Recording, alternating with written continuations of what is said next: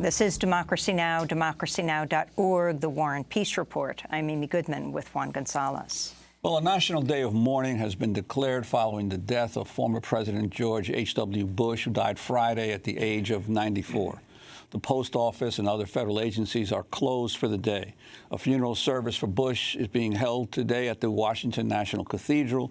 Former Presidents Barack Obama, Bill Clinton, Jimmy Carter, and Bush's son, George W. Bush, will attend, as will President Trump, who was not invited to speak.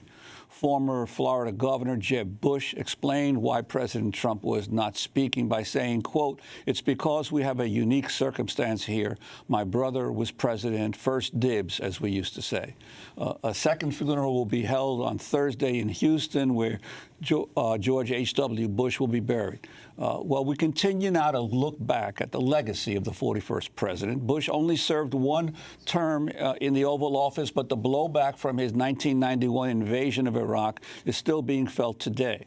Although the Gulf War technically ended in February 1991, the U.S. war on Iraq would continue for decades, first in the form of devastating sanctions, and then in the 2003 invasion launched by George H.W. Bush's son, George W. Bush. Thousands of U.S. troops and contractors remain in Iraq today. We look back now at a largely forgotten aspect of Bush's war on Iraq, the vast domestic propaganda campaign that occurred in the United States before the invasion began. The story centers on a young Kuwaiti woman named Naira.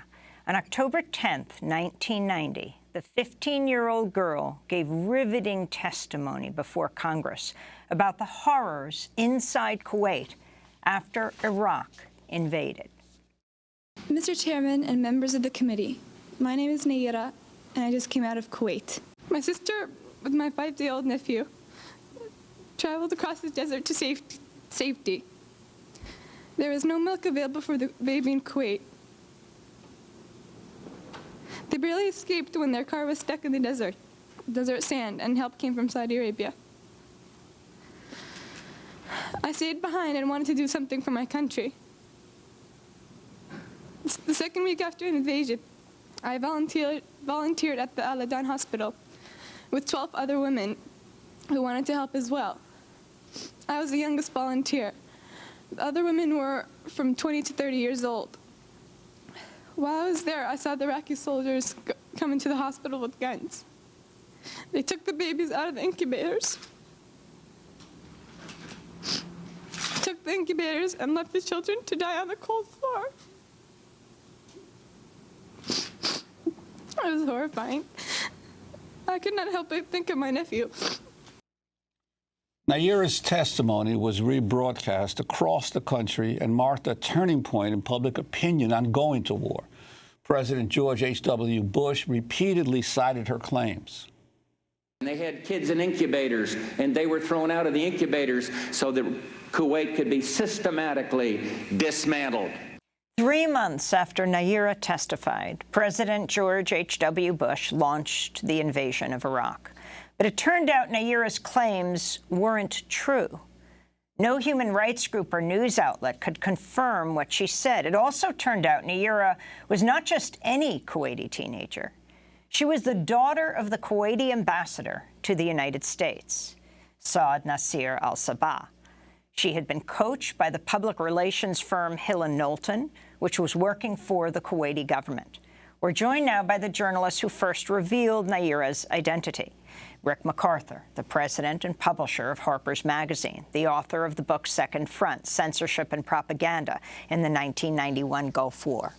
I mean, so, you know, as we said, this is a turning point. You have this teenager, this girl saying she witnessed this, that Iraqi soldiers came into Kuwait and ripped babies out of Kuwaiti incubators.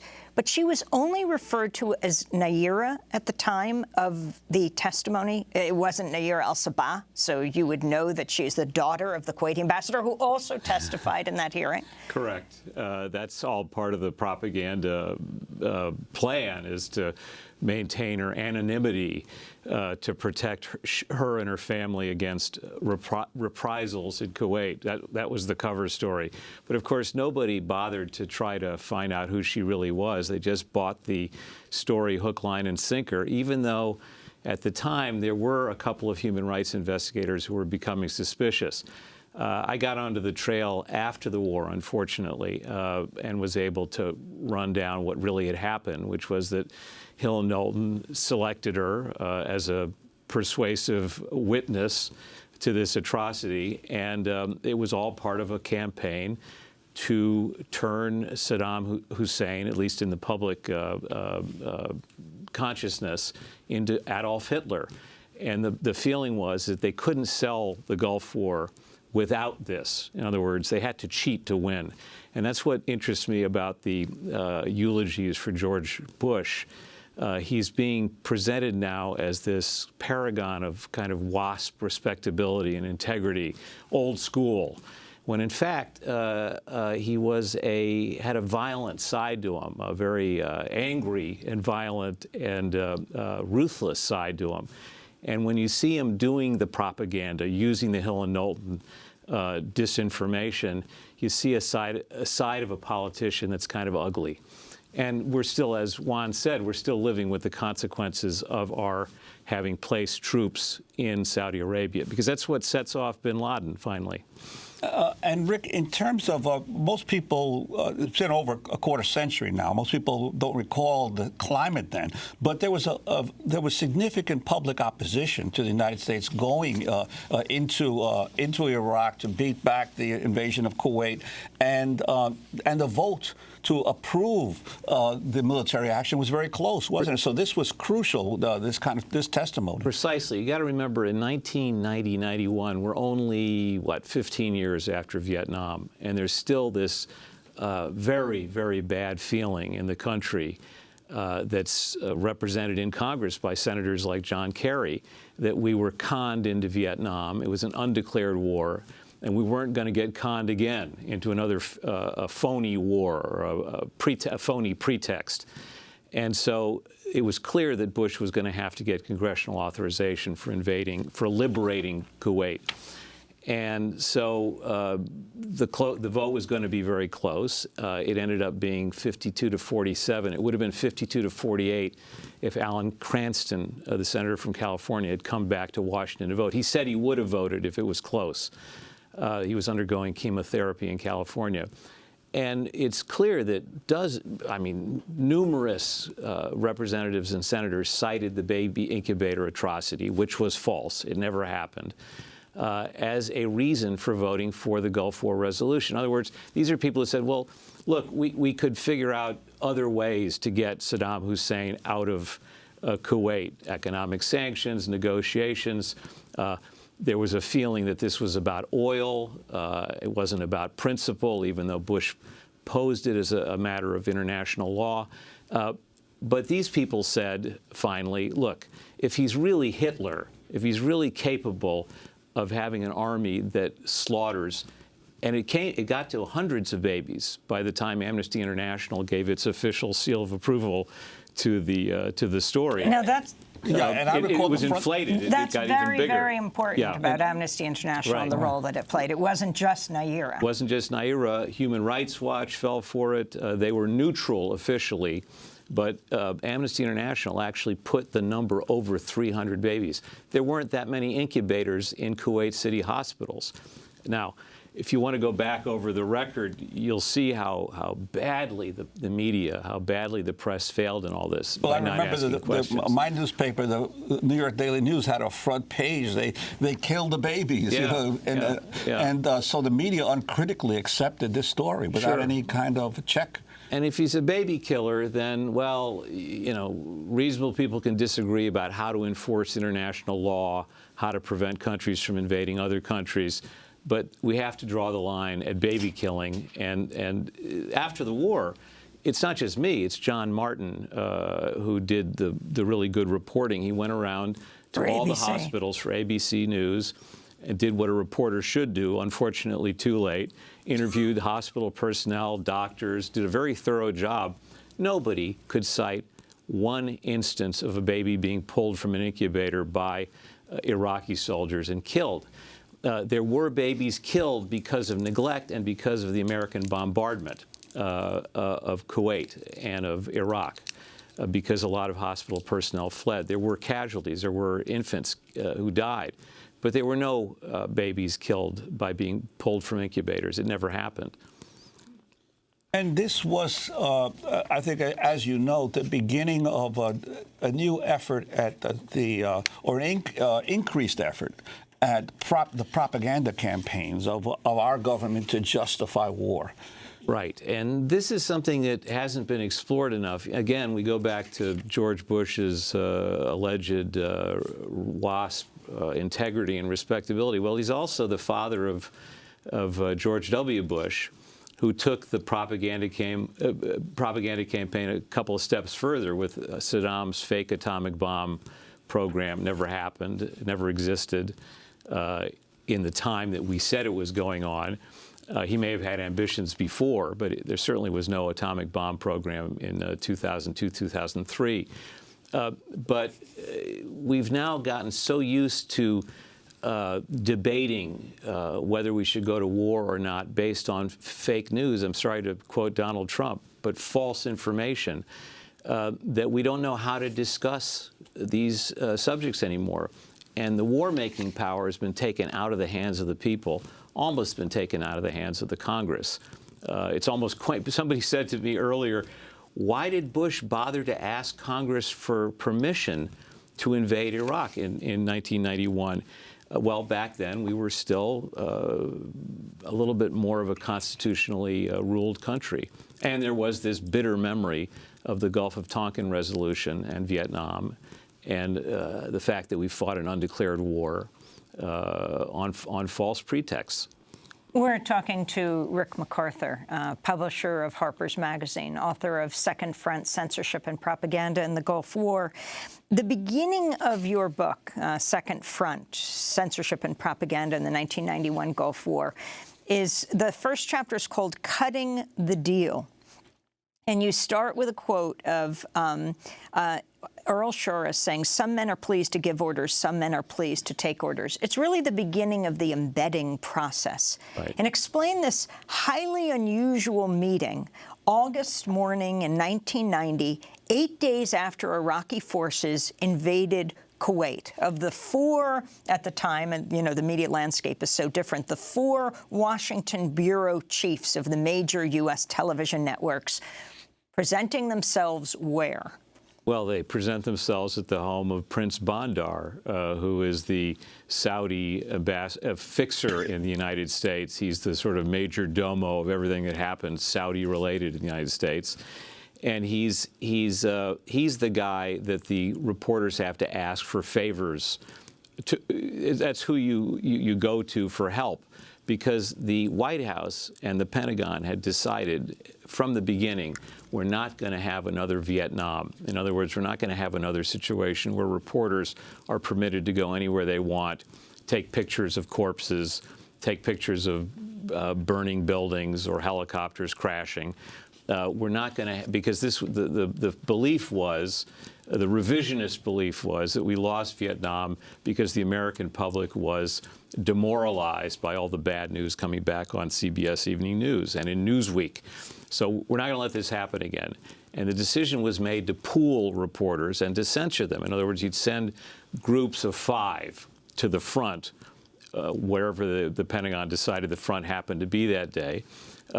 They would get to take pictures and describe things in theory, but their report would have to be shared with everybody else. There'd be no competition, and it would have to be vetted by Pentagon censors. So obviously, the American public saw nothing.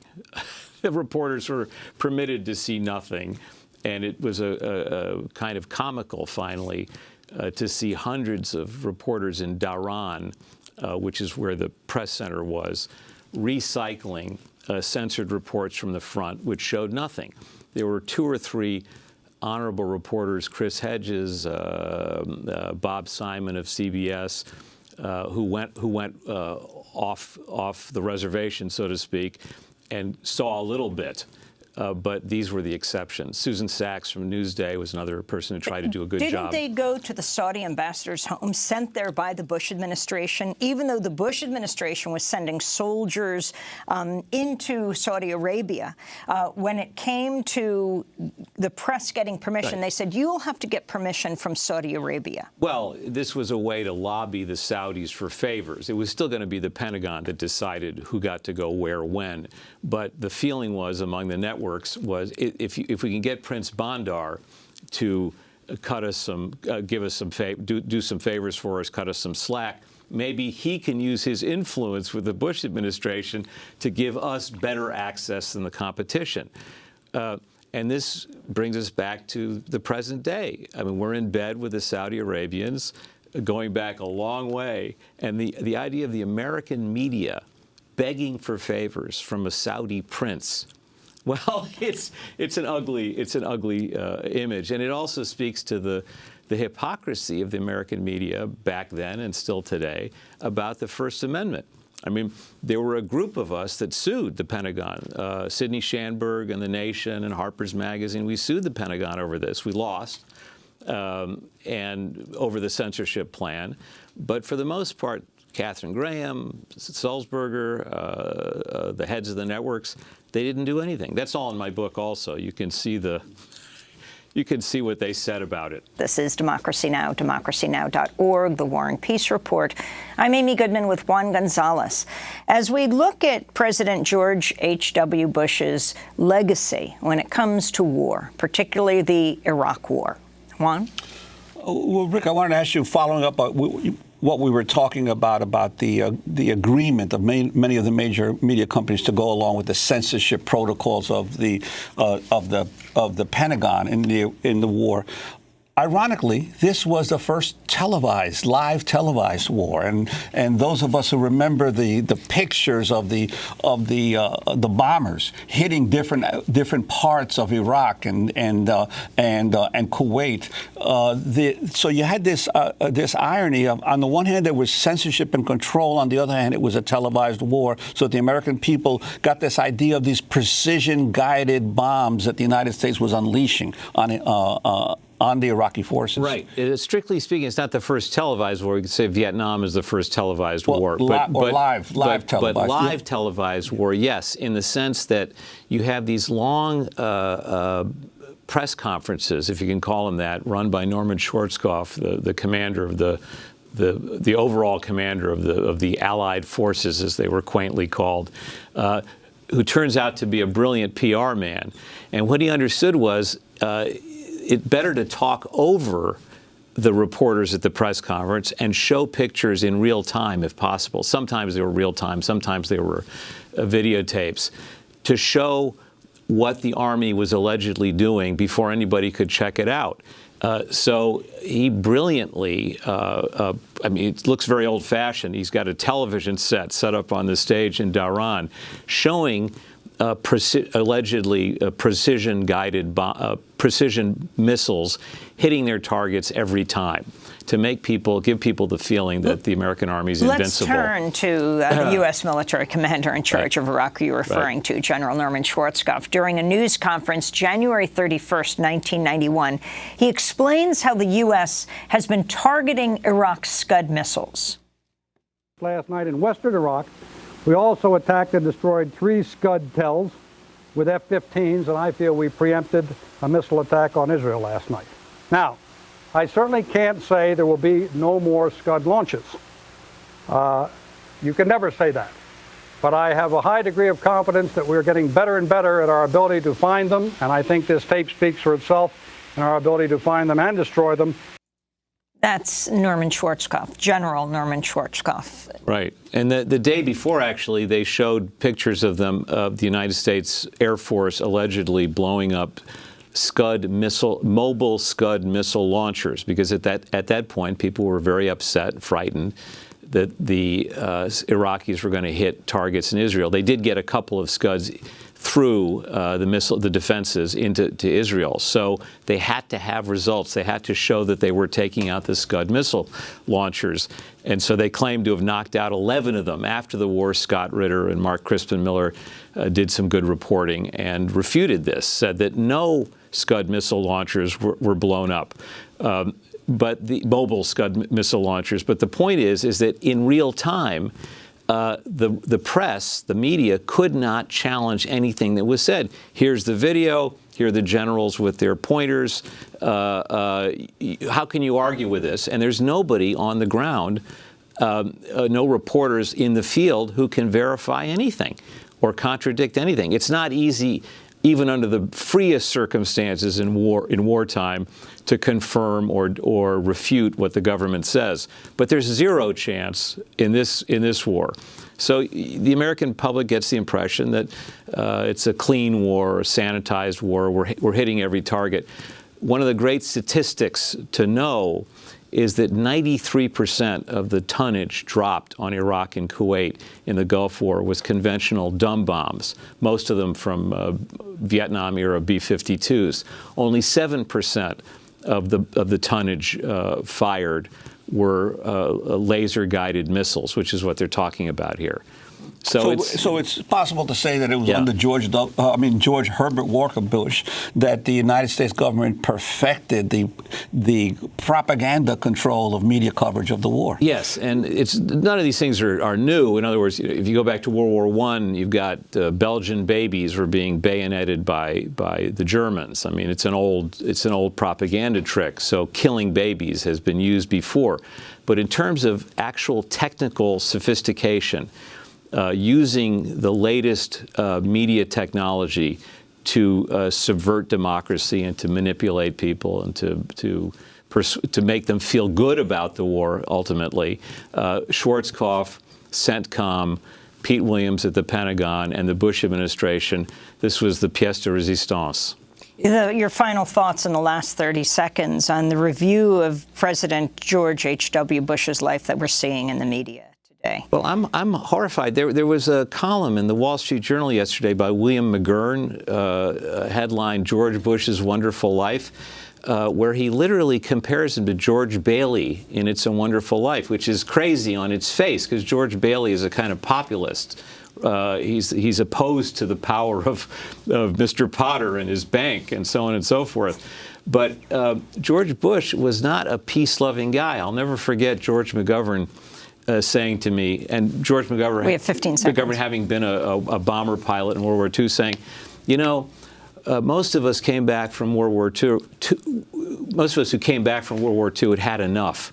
Bush didn't get enough. Didn't get enough violence. We're going to have to leave it there. Rick MacArthur, publisher of Harper's Magazine, author of Second Front. I'm Amy Goodman with Juan Gonzalez.